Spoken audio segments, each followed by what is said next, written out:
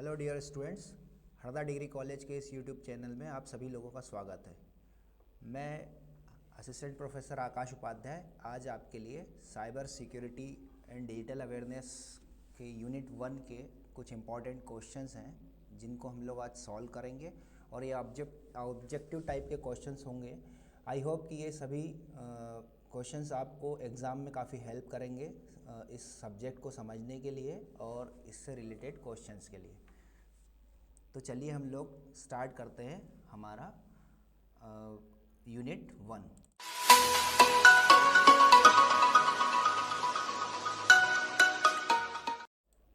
Unit 1 में हम लोग 1 बाय 1 क्वेश्चंस देखते हैं। तो सबसे पहला क्वेश्चन है जो कि आप लोगों को लगभग पता ही होगा। Computer is an blank device. Computer एक खाली स्थान इकाई होती है। तो इसका आंसर लगभग सभी को मालूम है कि कंप्यूटर एक इलेक्ट्रॉनिक डिवाइस होती है। तो इसका आंसर आएगा A. Question number 2, which of the following is an operation of computer. निम्नलिखित में से कौन सा कंप्यूटर का ऑपरेशन होता है। तो हम सभी जानते हैं कंप्यूटर में हम इनपुट भी देते हैं, आउटपुट भी देते हैं और प्रोसेस भी करते हैं। तो इसका आंसर आएगा ऑल। आप लोगों को एक छोटी सी जानकारी ये देना है कि कंप्यूटर कभी भी आपसे लेगा इनपुट, उसको करेगा प्रोसेस और देन आपको देगा आउटपुट। ठीक। सिमिलरली क्या होता है, कोई भी सॉफ्टवेयर अगर होता है तो वो भी आपसे इनपुट लेता है, प्रोसेस करके आपको आउटपुट देता है। फॉर एग्जांपल आपने कुछ टेक्स्ट का कंटेंट वर्ड नाम के सॉफ्टवेयर में इनपुट कराया। ठीक है, तो वर्ड में हम क्या करते हैं, टेक्स्ट प्रोसेसिंग करते हैं। ठीक है, वर्ड में हम क्या करेंगे, टेक्स्ट प्रोसेसिंग करेंगे और फाइनली जब आप प्रिंट आउट निकाल लेंगे, है ना, तो ये क्या हो जाएगा, आउटपुट हो जाएगा। तो इसी प्रकार आपको हमेशा ध्यान रखना है कि कंप्यूटर जब भी कंप्यूटर क्या करेगा, आपसे इनपुट लेगा। कंप्यूटर आपसे हमेशा इनपुट लेगा और उसके बदले में प्रोसेस करके आपको आउटपुट सर्व करेगा। ठीक है, क्वेश्चन नंबर 3 पे हम आते हैं। क्वेश्चन नंबर 3 है कंप्यूटर एक्सेप्ट्स। कंप्यूटर द्वारा खाली स्थान को ग्रहण किया जाता है। तो कंप्यूटर द्वारा डेटा को ग्रहण किया जाता है। ठीक है, इसका आंसर आएगा ए। कंप्यूटर द्वारा डेटा को ग्रहण किया जाता है। जैसा मैंने अभी आपको बताया कि कंप्यूटर क्या करता है, इनपुट के रूप में डेटा को लेता है। कंप्यूटर जो है वो इनपुट के रूप में डेटा को लेता है, डेटा एज इनपुट, देन उसको क्या करेगा, वो प्रोसेस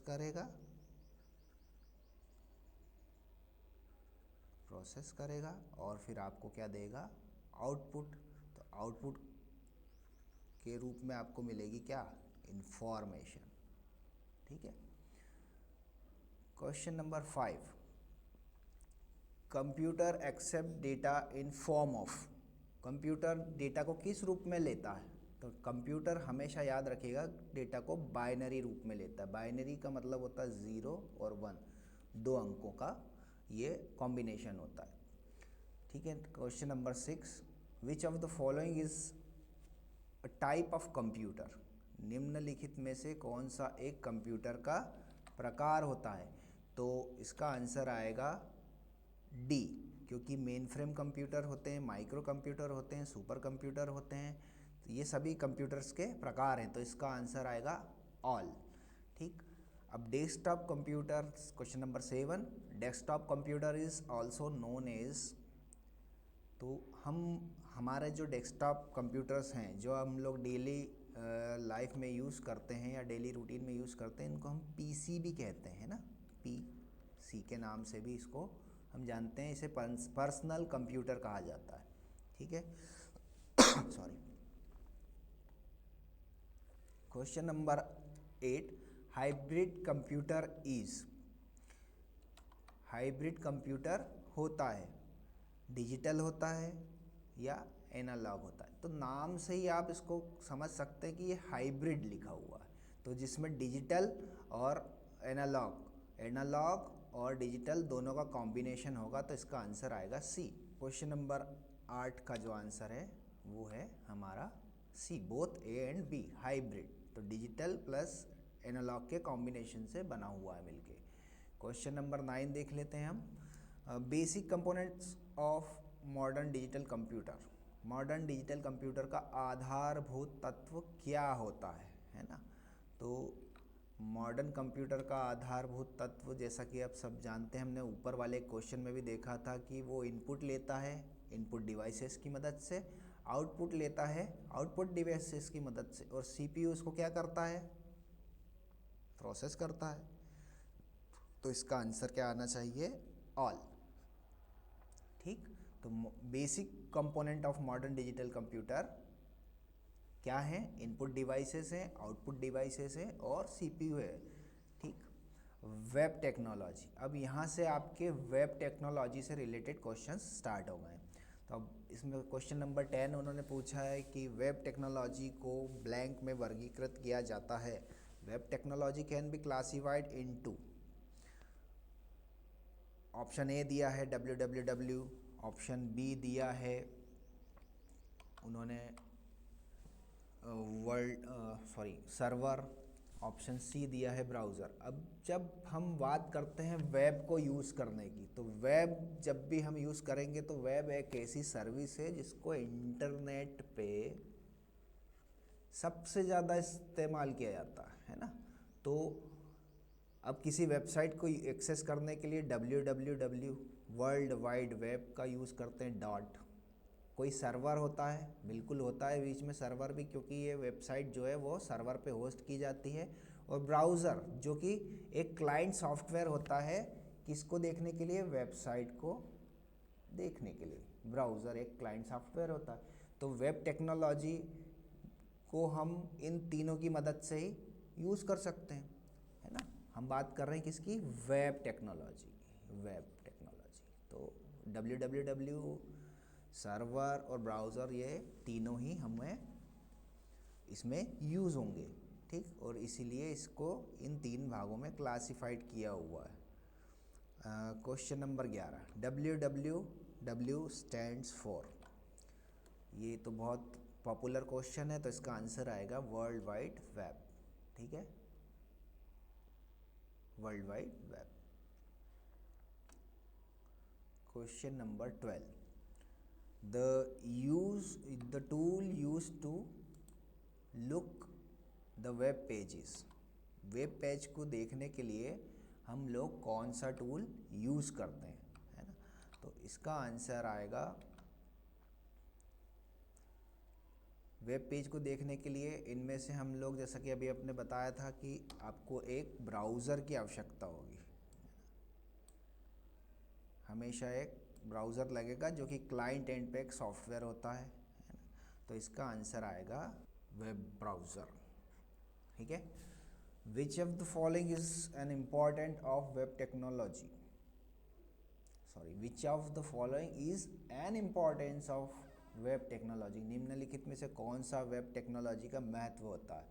तो हम देखते हैं कि ऑप्शन दिए हैं ग्लोबल रीच, तो ये तो सबसे पहला इम्पोर्टेंस है ही इसका। कॉस्ट इफ़ेक्टिवनेस, अगर हमें अमेरिका से कोई डॉक्यूमेंट्स यहाँ पे देखना है तो बिल्कुल अगर आप वेब पे अवेलेबल होगा तो वो कॉस्ट इफ़ेक्टिव होगा। तो इसका आंसर जो आएगा बोथ ए एंड बी, तो इसका सही आंसर है A and B. Question number 14 हम देखते हैं, which of the following is the choice for cyber security architecture. अभी यहाँ पर आप देखिए, ऊपर वेब टेक्नोलॉजी से रिलेवेंट क्वेश्चन थे और यहाँ से आपके क्वेश्चन नंबर 14 से आपके वेब साइबर सिक्योरिटी वाले क्वेश्चन स्टार्ट हो गए। तो निम्नलिखित में से कौन सा साइबर सिक्योरिटी संरचना का विकल्प होता है, निम्नलिखित में से कौन सा साइबर सिक्योरिटी संरचना का विकल्प होता है। तो इसका जो आंसर आएगा, आंसर सी, लिंक और नो लिंक दोनों ही साइबर सिक्योरिटी संरचना के विकल्प होते हैं, तो इसका आंसर आएगा option C. Web browser is use to access. अब वेब ब्राउज़र को क्या उपयोग करने के लिए एक्सेस किया जाता है ना। तो हम लोग वेब पेजेस को एक्सेस करते हैं वेब ब्राउज़र की मदद से। कौन कौन से वेब ब्राउज़र्स अपन ने देखे हैं? एक तो होता है माइक्रोसॉफ्ट का एज, है ना, क्रोम जो आप बहुत यूज़ करते हैं, उसके बाद में सफारी जो कि एप्पल का है, और कोई पॉपुलर वेब ब्राउज़र जैसे अभी एक नया है जियो स्फेयर, और इसके अलावा एक और कोई वेब ब्राउज़र जो कि है ओपेरा, है ना, और यूसी ब्राउज़र भी बहुत सारे लोग यूज़ करते हैं। तो ये 1 2 3 4 5 6 इस टाइप के 5-6 जो ब्राउज़र्स हैं, इनके नाम आपको याद होना चाहिए। क्वेश्चन ऐसा भी आ सकता है कि निम्नलिखित में से कौन सा वेब ब्राउज़र नहीं है, या निम्नलिखित में से कौन सा एक वेब ब्राउज़र है। तो आपको ये पॉपुलर वेब ब्राउज़र्स हैं जिनके नाम आपको याद होना चाहिए। और माइक्रोसॉफ्ट एज जो है, इससे पहले इंटरनेट एक्सप्लोरर, ये माइक्रोसॉफ्ट का प्रोडक्ट है ना। तो अभी एज चल रहा है वर्तमान में, और इंटरनेट एक्सप्लोरर उसका पुराना ब्राउज़र है, ठीक है।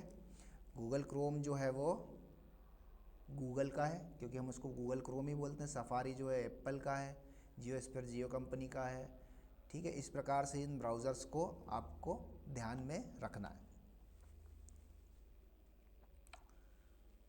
क्वेश्चन नंबर 15 के बाद में क्वेश्चन नंबर 16 देखते हैं हम। 16, विच of the following is the feature of www। निम्नलिखित में से कौन सी विशेषता www की होती है। तो जब भी हम कोई वेब ब्राउज़र को देखते हैं या कोई भी वेबसाइट देखते हैं, फॉर एग्जांपल हम लेते हैं फेसबुक, है ना। फेसबुक को आप फेसबुक को आप विंडोज़ के ऊपर भी ओपन कर सकते हैं। विंडोज़ में कोई सा ब्राउज़र जैसे कि क्रोम, है ना। सिमिलरली आपके एंड्रॉयड फ़ोन में जो ब्राउज़र है उस पर भी आप फेसबुक को ओपन कर सकते हो। तो सबसे पहले इसका फीचर क्या होता है www का, ये क्रॉस प्लेटफॉर्म होता है ना। फिर ये डिस्ट्रीब्यूटेड होता है इसे डिस्ट्रीब्यूटेड भी होता है। डिस्ट्रीब्यूटेड का मतलब कि भाई ये दूसरे ऑपरेटिंग सिस्टम्स में भी ओपन हो सकता है। तीसरा, हाइपर टेक्स्ट इंफॉर्मेशन सिस्टम होता है इसमें, बिल्कुल होता है, क्योंकि ये HTML में बनाया जाता है। कोई भी मतलब www की सारी जानकारी वेब पेजेस में अवेलेबल होती है ना, वेब पेजेस में अवेलेबल होती है, वेब पेजेस के माध्यम से दिखाई जाती है। तो इसका आंसर आएगा, सही आंसर ऑल। क्वेश्चन नंबर 16, निम्नलिखित में से कौन सी विशेषता www की होती है। तो डिस्ट्रीब्यूटेड भी होता है www, क्रॉस प्लेटफॉर्म भी होता है, हाइपर टेक्स्ट इंफॉर्मेशन सिस्टम होता है इसमें। तो इसका आंसर ऑल ऑफ अबो यानी ऑल आएगा। क्वेश्चन नंबर 17 हम देख लेते हैं। निम्नलिखित में से कौन सा तत्व वेब का होता है। निम्नलिखित में से कौन सा तत्व वेब का होता है। तो किसी वेबसाइट को अगर आपने देखा होगा तो उसमें आपको एक URL भी मिलेगी, है ना। हाइपर टेक्स्ट ट्रांसफ़र प्रोटोकॉल का भी यूज़ होता है, और वेबसाइट जो बनी होती है वो HTML में भी बनी होती है। तो इसका आंसर क्या आएगा, ऑल, ठीक है। क्वेश्चन नंबर 18, क्वेश्चन नंबर 18 जो है, the concept which help to describe wide variety of digital technology is. Digital technology को विश्लेषित करने हैं तो किसकी मदद ली जाती है। तो साइबर कैफ़े की तो मदद लेते नहीं है हम इसमें, है ना। साइबर क्राइम की भी कोई मदद लेते नहीं है। तो साइबर स्पेस, वो स्पेस जहाँ पे सारा का सारा इंटरनेट और इंटरनेट से जुड़े हुए और भी कंपोनेंट्स हैं, उन्हें हम साइबर स्पेस कहते हैं। तो इसका आंसर आएगा A, cyberspace. Question number 19, cyber space is web consisting of, जैसा भी मैंने आपको बताया था कि इंटरनेट के साथ साथ और भी बहुत सारे कंपोनेंट्स होते हैं जो साइबर स्पेस को डिफाइन करते हैं। तो क्वेश्चन नंबर 19 है, साइबर स्पेस वह वेब है जिसमें ब्लैंक शामिल होता है। तो इसमें क्या शामिल होता है? सीधी सी बात है कि जब भी हम साइबर स्पेस में जाएंगे तो हमें कंप्यूटर के माध्यम से कनेक्ट होंगे और कम्युनिकेशन नेटवर्क होगा एक, यानी कि इंटरनेट या लैन वैन मैन कुछ भी होगा, तो इंटरनेट ही होगा सबसे प्रभावशाली माध्यम। तो इसका आंसर आएगा बोथ ए एंड बी। ठीक है। Question number 20, cyber space is blank space. Cyber space dynamic होता है, मतलब आप इसको, जैसे अभी मैं इंटरनेट से कनेक्टेड हूँ और थोड़ी देर में मैं डिस्कनेक्ट हो जाऊँ और फिर वापस आ जाऊँ, तो ये डायनामिकनेस हो गई। दूसरा ये वर्चुअल होता है, मैं यहाँ पर कॉलेज के रूम में बैठ के आपको पढ़ा रहा हूँ, लेकिन आप लोग घर पे भी इस वीडियो को देख पा रहे हैं। ये वर्चुअलनेस हो गई कि भाई आपको बाद में भी कंटेंट अवेलेबल है और मेरी उपलब्धता भी आपको नहीं है, तो यही वर्चुअलनेस है। और अभी आप, जब मैं ये वीडियो बना रहा हूँ तो आप में से कोई भी लाइव भी नहीं है, इसका मतलब वर्चुअल हो गया। तो इसका आंसर आएगा बोथ ए एंड बी। ठीक। क्वेश्चन नंबर 21, साइबर स्पेस होता है। अब साइबर स्पेस क्या होता है? साइबर स्पेस फिजिकल स्पेस होता है क्या? बिल्कुल नहीं होता। तो साइबर स्पेस होता है डिजिटल मीडियम, मतलब डिजिटल टेक्नोलॉजी का यूज़ करके, या डिजिटल टेक्नोलॉजी का कोई मीडियम है जिसकी वजह से हम लोग साइबर स्पेस में काम कर पा रहे हैं। ठीक है। अब क्वेश्चन नंबर 22 है, साइबर स्पेस है, साइबर स्पेस में होता है। अब साइबर स्पेस में क्या होता है? फिक्स्ड काउंटर होता है, नो फिक्स शेप होता है, फिक्स शेप होता है, या ऑल होता है। तो क्वेश्चन नंबर 22 का जो आंसर आएगा वो आएगा, कोई फिक्स स्पेस नहीं होता साइबर स्पेस में, है ना। शेप नहीं होता कोई इसका, साइबर स्पेस का। भाई अभी 100 कंप्यूटर जुड़े हैं, सपोज करो साइबर स्पेस 100 कंप्यूटर 100 राउटर जुड़े हुए हैं, और अचानक से 1000 जुड़ जाएं, तो कोई एक फिक्स शेप नहीं होता, क्योंकि साइबर स्पेस बढ़ता या घटता रहता है। अगर हम देखें कि साइबर स्पेस अभी ये 50 कंप्यूटर का नेटवर्क है, और 1 सेकंड बाद ही ये 500 कंप्यूटर का नेटवर्क भी बन सकता है, और वापस 1 सेकंड बाद ये सिर्फ 10 सिस्टम का नेटवर्क भी बना हुआ हो सकता है। तो ये जो सारा कंपोनेंट है, नेटवर्क राउटर वगैरह, ये सारा का सारा कहलाता है साइबर स्पेस। ठीक है। Question number 23, internet is the short term of. Internet जो है वो शॉर्ट टर्म है, किसका? संक्षिप्त रूप है। इंटरनेट संक्षिप्त रूप है किसका? भाई इंटरकनेक्टेड नेटवर्क का। ठीक है। लेन जो है वो एक उसका जैसा कि नाम ही है, लोकल एरिया नेटवर्क, है ना। तो वो एक लोकल एरिया तक वर्क करेगी। मैन जो है वो मेट्रोपोलियन एरिया तक वर्क करेगी। तो इंटरकनेक्टेड नेटवर्क्स, तो नेटवर्क का नेटवर्क है, किसका नेटवर्क है? Network of networks, network of networks. ये क्या है? इंटरनेट के डेफिनेशन है कि बहुत सारे नेटवर्क्स का भी एक नेटवर्क है, इंटरनेट कहलाता है। Internet was developed by, internet को किसने विकसित किया था? तो इंटरनेट को बॉब काहन और विंड सर्फ दोनों ने मिलकर बनाया था। तो इसका आंसर आएगा, आप भी ध्यान रखिएगा कि इसका आंसर आएगा both and. Question number 25, internet was the result of experiment. अब इंटरनेट की इसमें बताया कि उत्पत्ति कैसे हुई, किसके प्रयोग का परिणाम है इंटरनेट। भाई किसने प्रयोग किया था इंटरनेट को, रिजल्ट एज ए रिजल्ट आपको इंटरनेट मिला? तो आर्पानेट, है ना। आर्पानेट जो थी अमेरिकन रिसर्च कंपनी है, उसका मैं आपको फुल फॉर्म भी बता देता हूँ। आर्पानेट का फुल फॉर्म होता है, आर्पानेट का जो फुल फॉर्म है वो है एडवांस रिसर्च प्रोजेक्ट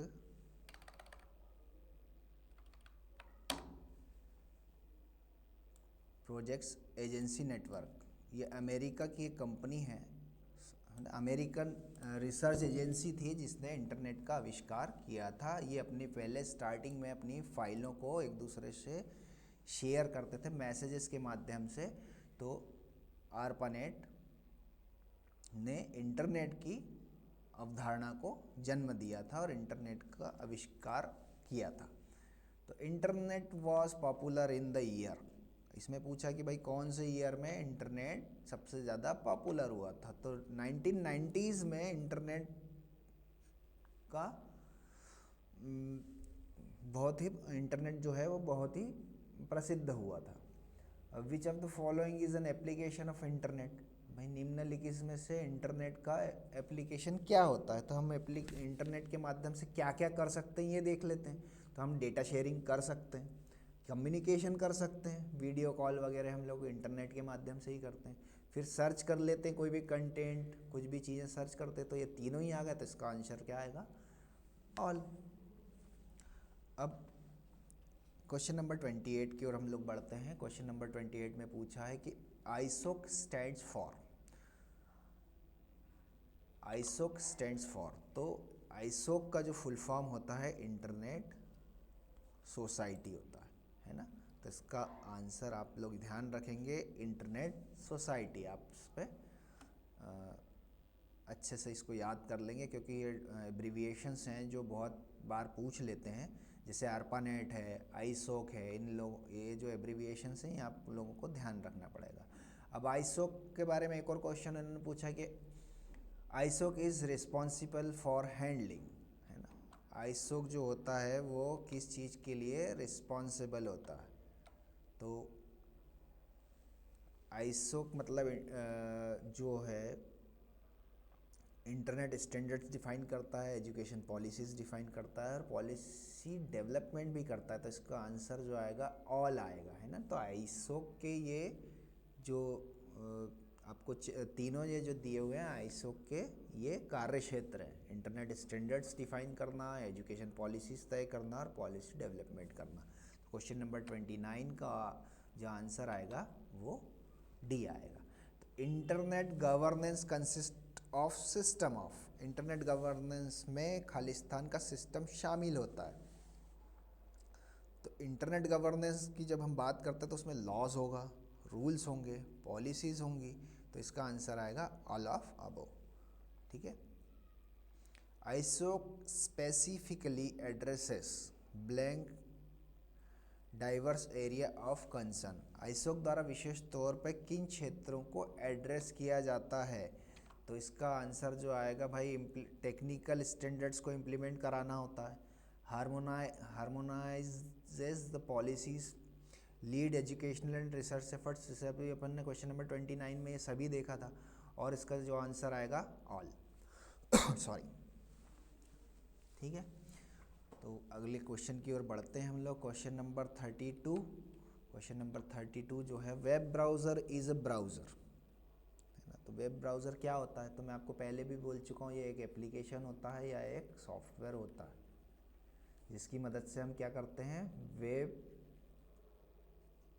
पेजेस को www से डाउनलोड करते हैं, ठीक। Question number 33, web browser enable user to display the and interact, web browser द्वारा यूज़र को खालिस्तान के साथ प्रदर्शित या इंटरेक्ट करने हेतु विकल्प दिया जाता है ना। क्वेश्चन नंबर 33 का जो आंसर आएगा भाई, हम किसी वेब पेज पे क्या क्या चीज़ें देख सकते हैं? हम वेब पेज पे टेक्स्ट दिखता है, हमको इमेज दिखती है, वीडियोस भी दिखते हैं। तो इसका आंसर क्या आएगा? ऑल आएगा। ये तीन माध्यम से हम लोग वेब पेजेस पे जानकारी को प्रदर्शित करते हैं। किसी भी वेब पेज पे हम लोग टेक्स्ट के रूप में जानकारी प्रदर्शित करते हैं, इमेज के रूप में, और वीडियोस के माध्यम से भी हम जानकारी प्रदर्शित कर सकते हैं या इंटरेक्ट कर सकते हैं। तो इसका आंसर आएगा ऑप्शन डी, ऑल, ठीक है। आपको क्वेश्चन ऐसा भी पूछा जा सकता है कि निम्नलिखित में से कौन सा किस माध्यम की मदद से हम वेब पेज में जानकारी प्रदर्शित नहीं कर सकते। तो अब आपको ये 3 ऑप्शन तो ध्यान है कि भाई टेक्स्ट है, इमेज है, वीडियोस है, और उसके अलावा कोई अदर ऑप्शन होगा तो वो आपको सिलेक्ट करके उसका सही आंसर देना है। Web browser allow user to access information. अब वेब ब्राउज़र यूज़र को जानकारी एक्सेस करने की अनुमति देता है। सबसे पहली बात तो हमको जानकारी मिलती है क्विकली, ईजिली मिल जाती है, तो इसका आंसर आएगा both and B. Web browser format blank information for display. Web browser जानकारी को प्रदर्शित करने हेतु खाली स्थान प्रारूप का उपयोग करता है ना। तो आप लोगों ने कई बार पढ़ा होगा कि किसी वेब पेज को बनाया जाता है कौन सी लैंग्वेज में? हाइपर टेक्स्ट मार्कअप लैंग्वेज में बनाया जाता है, ठीक है। तो इसका सही आंसर आएगा HTML। और HTML का फुल फॉर्म भी कभी कभी पूछ लेते हैं, तो इसका सही आंसर है हाइपर टेक्स्ट मार्कअप लैंग्वेज। तो आपके 2 क्वेश्चन यहाँ पे तैयार हो गए। Web browser uses blank protocol. अब वेब ब्राउज़र कौन से प्रोटोकॉल का यूज़ करता है ना। क्वेश्चन नंबर 36 का आंसर जो है वो है HTTP। इसका जो फुल फॉर्म होता है हाइपर टेक्स्ट ट्रांसफ़र प्रोटोकॉल, ठीक है। हम जानते हैं कि जब भी एक डिवाइस से डेटा दूसरी डिवाइस में ट्रांसफ़र होगा, है ना, तो ये एक रूल के तहत होगा, तो उस रूल को क्या बोलते हैं? हम प्रोटोकॉल बोलते हैं, ठीक। अब इस प्रोटोकॉल में हम क्या ट्रांसफ़र करते हैं? क्योंकि HTML में जो जानकारी होती है टेक्स्ट, वीडियो, ऑडियो के माध्यम से होती है, तो वो बनाई जाती है HTML में, है ना। तो जब किसी टेक्स्ट में कलर्स, एनिमेशंस वगैरह आ जाते हैं या वीडियोस आ जाता है, तो वो टेक्स्ट जो कहलाता है हाइपर टेक्स्ट कहलाता है। तो इस हाइपर टेक्स्ट को यहाँ जब ट्रांसफ़र करना होगा, कहाँ पर? हमारे ब्राउज़र में या हमारे कंप्यूटर पे ट्रांसफ़र करना होगा, तब इस हाइपर टेक्स्ट को ट्रांसफ़र करने के लिए एक रूल लगेगा, जिसको हम लोग बोलते हैं हाइपर टेक्स्ट ट्रांसफ़र प्रोटोकॉल। ये प्रोटोकॉल स्टेटलेस होता है। जैसे कनेक्शन यहाँ से डेटा यहाँ ट्रांसफ़र हुआ, ये कनेक्शन बंद हो जाता है ना, ये कंटिन्यू चालू नहीं रहता, ठीक है। तो इसका आंसर आएगा option B, HTTP। In web browser web pages are identified by. Web browser में वेब पेज खाली स्थान के द्वारा पहचाने जाते हैं। तो हम जानते हैं कि जो वेब पेज है, किसी वेब पेज को यूज़ करना या किसी वेबसाइट के लिए हमको उसका क्या पता होना चाहिए? एड्रेस पता होना चाहिए, है ना। जैसे कि हमारे कॉलेज की वेबसाइट का नाम है HDC harda.com, है ना। तो ये जो .com है, जब आप इसको ब्राउज़र में लिखेंगे तो ये कहलाएगा एक URL, ठीक है।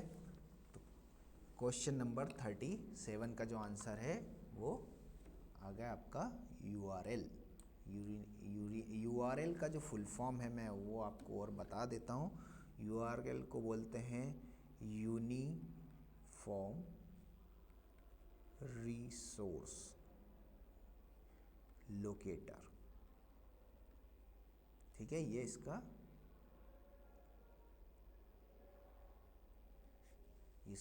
फुल फॉर्म है, यूनिफॉर्म रिसोर्स लोकेटर URL का फुल फॉर्म है। ये भी क्वेश्चन आपको आ सकता है क्योंकि एब्रीविएशन है यहाँ पर,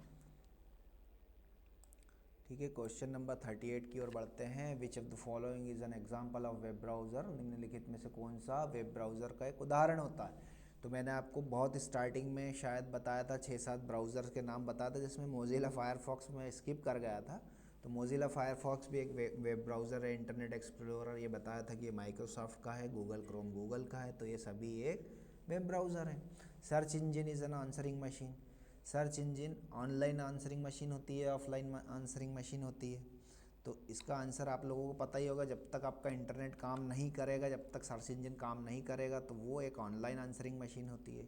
the process of organising content in the form of a list is commonly known as, list के रूप में कंटेंट को संगठित करने की प्रक्रिया को क्या कहते हैं? तो इसका जो आंसर आएगा ACRP। ठीक है।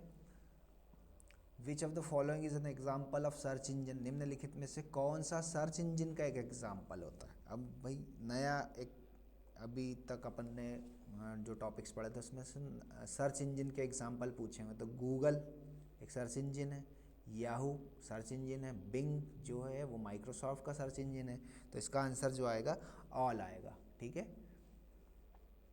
तो सर्च इंजन क्या करता है, हमसे एक कोई फ्रेज़ लेता है, फ्रेज़ मतलब एक सेंटेंस लेता है या एक वर्ड लेता है या वर्ड्स का कॉम्बिनेशन लेता है, जिनको हम लोग बोलते हैं क्या?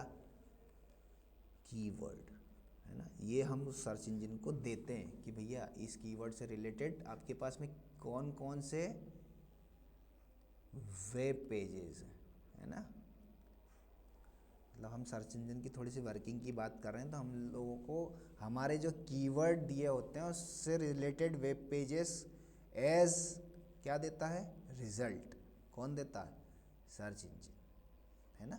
साथ ही साथ ये इसको क्या करता है? रैंकिंग भी देता है ना। और इस प्रकार से एक सर्च इंजन जो है वो काम करता है। विच of the following is an advantage of search engine, search engine में से कौन सा, निम्नलिखित में से कौन सा सर्च इंजन का लाभ होता है? सर्च इंजन का लाभ, तो भाई सर्च इंजन हमको प्रिसीजन देता है, बिल्कुल देता है, हमारा टाइम सेव भी करता है, फ्री एक्सेस देता है उसके, बिल्कुल देता है ना। तो इसका जो आंसर आएगा वो ऑल आएगा। ठीक। विच of the following is N component of search engine, search engine में से निम्नलिखित में से कौन सा सर्च इंजन का एक तत्व है? निम्नलिखित में से कौन सा एक सर्च इंजन का तत्व है? तो क्रॉलर्स क्या होते हैं ना, जैसा भी मैंने आपको बताया था कि जैसे ही आप कोई कीवर्ड देते हो तो क्या करता है सर्च इंजन में एक रोबोट होता है जिसको हम लोग क्रॉलर बोलते हैं।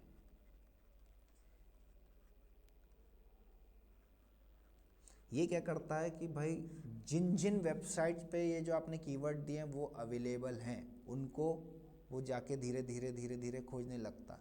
तो जब जैसे उनको ढूंढता है तो ढूंढने के बाद में उसका एक डेटाबेस बनाता है और उसको इंटीग्रेट करके आपको रिजल्ट देता है, उसको रैंकिंग भी देता है ना। आप कभी गूगल के सबसे सर्च करोगे, सबसे नीचे वाले पेज पे जाओगे तो वहाँ बहुत सारे 1 2 3 4 5 date date date date date ऐसे करके पेजेस दिखते जाएंगे। तो जब तक आपकी सर्च पे आप मतलब गूगल सर्च इंजन पे काम कर रहे हो तब तक यहाँ पे पेजेस की संख्या बढ़ने की और भी संभावना है। क्यों? क्योंकि वो उसको क्रॉल करते जा रहा है, उस कंटेंट को जो आपने सर्च किया उसका डेटाबेस बनाते जा रहा है और उसको इंटीग्रेट करके आपको दे रहा है। तो इसका जो आंसर आएगा ऑल आएगा। ठीक है। निम्नलिखित में से कौन सा सर्च इंजन के लिए आधारभूत तत्व होता है? क्वेश्चन नंबर 44 का जो आंसर है वो है भाई, अब जैसे मैंने बताया कि ये जो क्रॉल करेगा, है ना, क्रॉलर क्या करेगा? इसको इंडेक्स भी करता जाएगा, तो इंडेक्सिंग भी एक उसका काम है। क्वेरिंग, बार बार दूसरे वेब पेजेस पे जा के वो देखेगा, दूसरे पेज पे उसको और कोई सी लिंक मिल जाएगी तो वो वहाँ चले जाएगा, तो ये क्वेरिंग भी करेगा। तो बोथ एंड भी इसका जो है आंसर आएगा।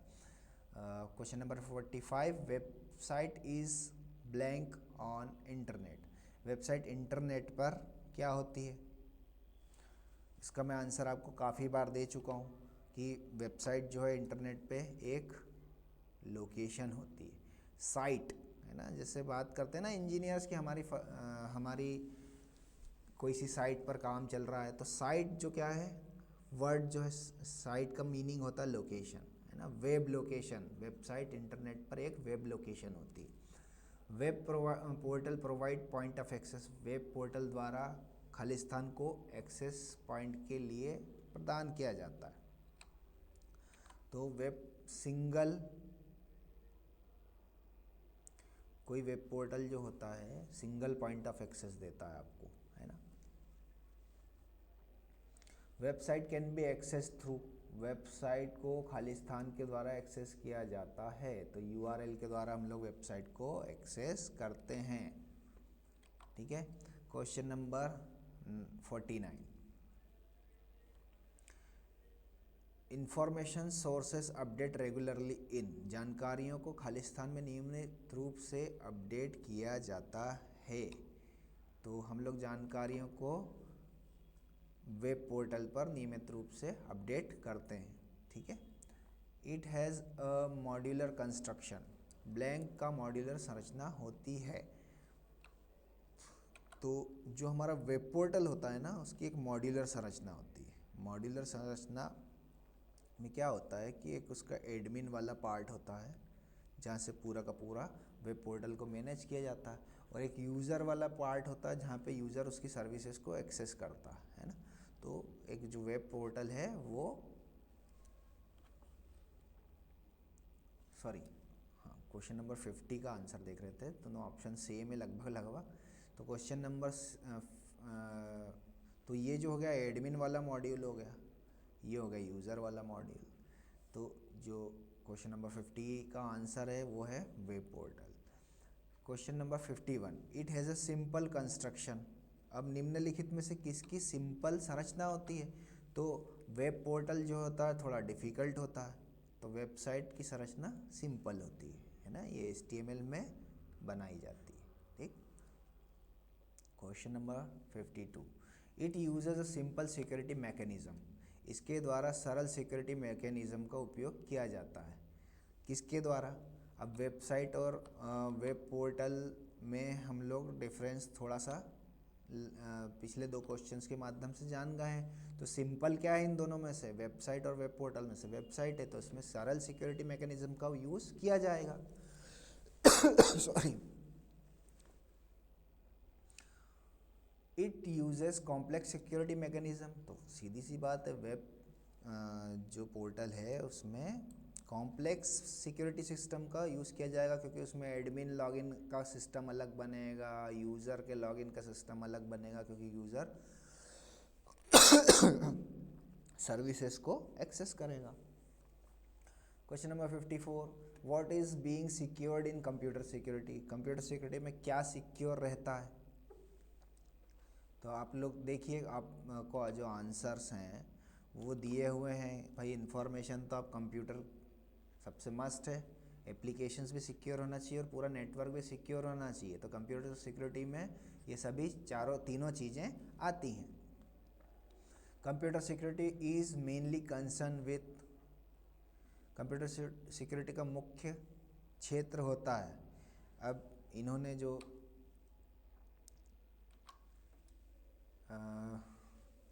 आंसर दिया है वो है क्वेश्चन तीन मुख्य क्षेत्र होते हैं, जैसे कि ये बताएं इंफॉर्मेशन नेटवर्क और एप्लीकेशन, ये कंप्यूटर सिक्योरिटी के तीन मुख्य क्षेत्र होते हैं। Which of the following is considered as area of computer security, निम्नलिखित में से किसे कंप्यूटर सिक्योरिटी का क्षेत्र माना जाता है? तो इंटीग्रिटी मतलब एकात्मता बनाए रखता है डेटा की, सिक्योरिटी भी करता है और कॉन्फिडेंशियलिटी भी उसकी बनाए रखता है, तो इसका आंसर जो आएगा ऑल, राइट। निम्नलिखित में से कंप्यूटर सिक्योरिटी का क्षेत्र इन सभी में माना जाता है। ठीक है। Question number 57, sorry,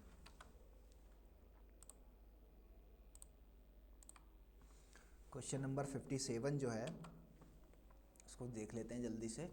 which of the following is considered as challenges in computer security, computer security में निम्नलिखित में से किसको चुनौती माना गया है या जाता है? तो पैसे की सुरक्षा हम लोग करते हैं, मॉनिटरिंग, पोटेंशियल अटैक्स भी होते हैं, तो इसका आंसर जो आएगा ऑल। ये सभी हमारे को कंप्यूटर सिक्योरिटी में ज़रूरी होते हैं, है ना। इन सभी की सिक्योरिटी, पैसे की सिक्योरिटी भी ज़रूरी होती है, कोई आपका बैंक अकाउंट वगैरह की डिटेल ना निकाल ले, मॉनिटरिंग मतलब आप क्या कर रहे हो ये कोई ना देख पाए, पोटेंशियल अटैक्स मतलब आपका जो इन्फॉर्मेशन है वो उसको चुराने की कोई कोशिश ना करे। ठीक है। 58, विच of the following is method of computer security. Computer security निम्नलिखित में से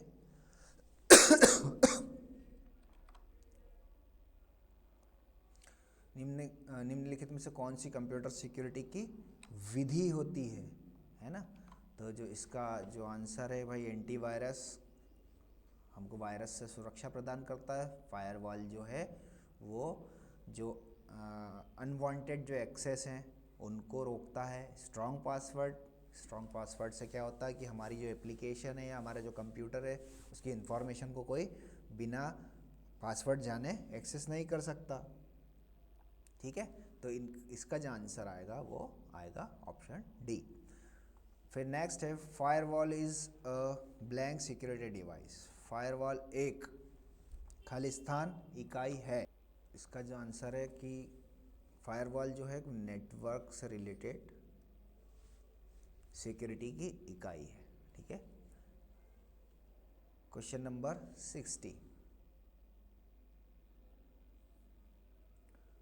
firewall help to monitor. Firewall खालिस्तान का ट्रैफिक मॉनिटर करने में मदद करता है। तो फायरवॉल में क्या होता है कि जैसे हम नेटवर्क की बात करें कि मुझे दूसरे किसी सिस्टम पे जब एक्सेस करना होता तो उस जैसे कंप्यूटर ए हैं और कंप्यूटर बी है, तो मैं जब कंप्यूटर बी से कोई फाइल चाहता हूँ, है ना, कोई फाइल उठा के लाना चाहता हूँ, तो जब मैं यहाँ से कंप्यूटर बी पे जाऊँगा तब ये मेरे लिए क्या करेगा, फायरवॉल यहाँ आउटकमिंग लिखा है ना। ठीक है, ये मेरे लिए आउटगोइंग है और इसके लिए इसका जो फायरवॉल काम करेगा उसके लिए बाहर से आने वाला एक सिग्नल है या मैसेज है जो मैं इसकी फ़ाइल को उठाने जा रहा हूँ, है ना। तो जो क्वेश्चन नंबर 60 है उसका जो आंसर आएगा इनकमिंग। ठीक है, तो इसके लिए ये इनकमिंग सिग्नल हो गया। अब यहाँ पे आउटकमिंग लिखा है, ध्यान रखना आउटगोइंग नहीं लिखा है, तो बोथ हो एंड ए और बी के लिए शायद मैं कंफ्यूज हो गया था, इसलिए आपको कुछ और बताने लग गया था। तो आप ध्यान रखिएगा कि जो ऑप्शन दिए हुए हैं उनको भी ध्यान से पढ़ना है आपको, वो रिलेवेंट या आउटगोइंग आएगा।